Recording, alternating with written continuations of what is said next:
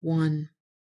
Dawn is dim on the dark, soft water, soft and passionate, dark and sweet. Love's own self was the deep sea's daughter, fair and flawless from face to feet.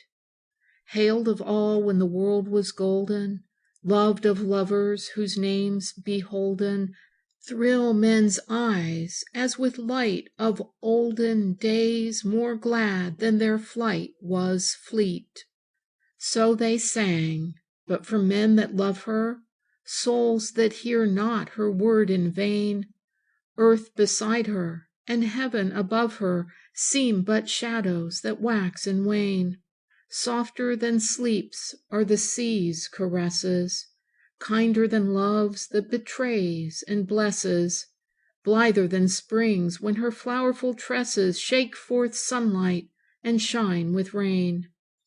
All the strength of the waves that perish swells beneath me and laughs and sighs, sighs for love of the life they cherish, laughs to know that it lives and dies, dies for joy of its life, and lives, thrilled with joy that its brief death gives, death whose laugh or whose breath forgives change that bids it subside and rise. 2. Hard and heavy, remote but nearing, sunless hangs the severe sky's weight, cloud on cloud, though the wind be veering, heaped on high to the sundawn's gate. Dawn and even and noon are one, veiled with vapor and void of sun, naught in sight or in fancied hearing, now less mighty than time or fate.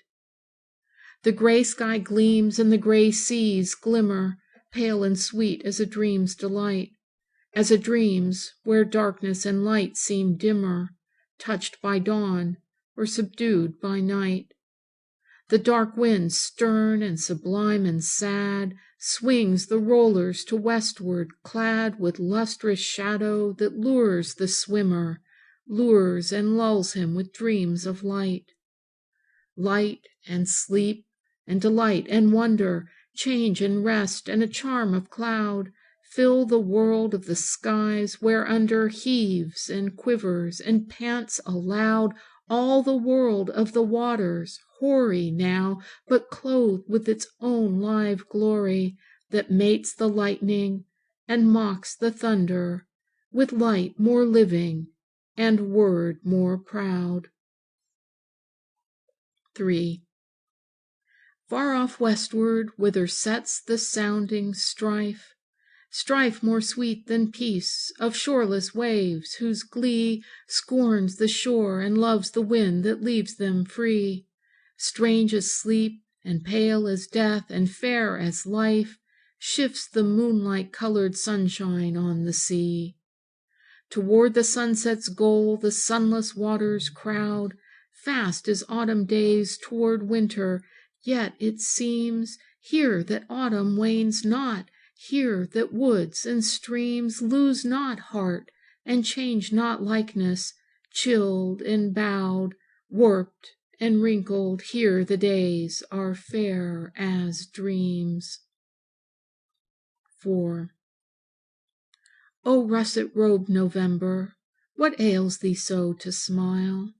Chill August, pale September, endured a woeful while, and fell as falls an ember from forth a flameless pile. But golden-girt November bids all she looks on smile. The lustrous foliage, waning as wanes the morning moon, here falling, here refraining, outbraves the pride of June, with statelier semblance, feigning no fear lest death be soon, as though the woods thus waning should wax to meet the moon.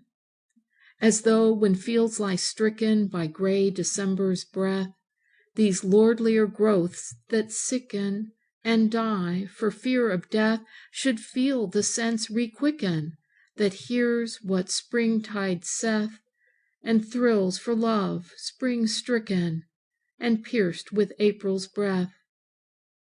The keen white-winged northeaster that stings and spurs thy sea doth yet but feed and feast her with glowing sense of glee. Calm chained her, storm released her, and storm's glad voice was he. Southwester or northeaster, thy winds rejoice the sea. 5. A dream is it all, the season, the sky, the water, the wind, the shore, a day-born dream of divine unreason, a marvel molded of sleep, no more? For the cloud-like wave that my limbs while cleaving feel as in slumber beneath them heaving, soothes the sense as to slumber, leaving sense of naught that was known of yore. A purer passion, a lordlier leisure, a peace more happy than lives on land, fulfills with pulse of diviner pleasure the dreaming head and the steering hand. I lean my cheek to the cold gray pillow, the deep soft swell of the full broad billow, and close mine eyes for delight past measure, and wish the wheel of the world would stand. The wild-winged hour that we fain would capture falls as from heaven that its light feet clomb. So brief, so soft, and so full the rapture was felt that soothed me with sense of home. To sleep, to swim, and to dream forever, such joy the vision of man saw never, for here too soon will a dark day sever the sea-bird's wing from the sea-wave's foam. A dream, and more than a dream, and dimmer at once, and brighter than dreams that flee the moment's joy of the seaward swimmer abides, remembered as truth may be.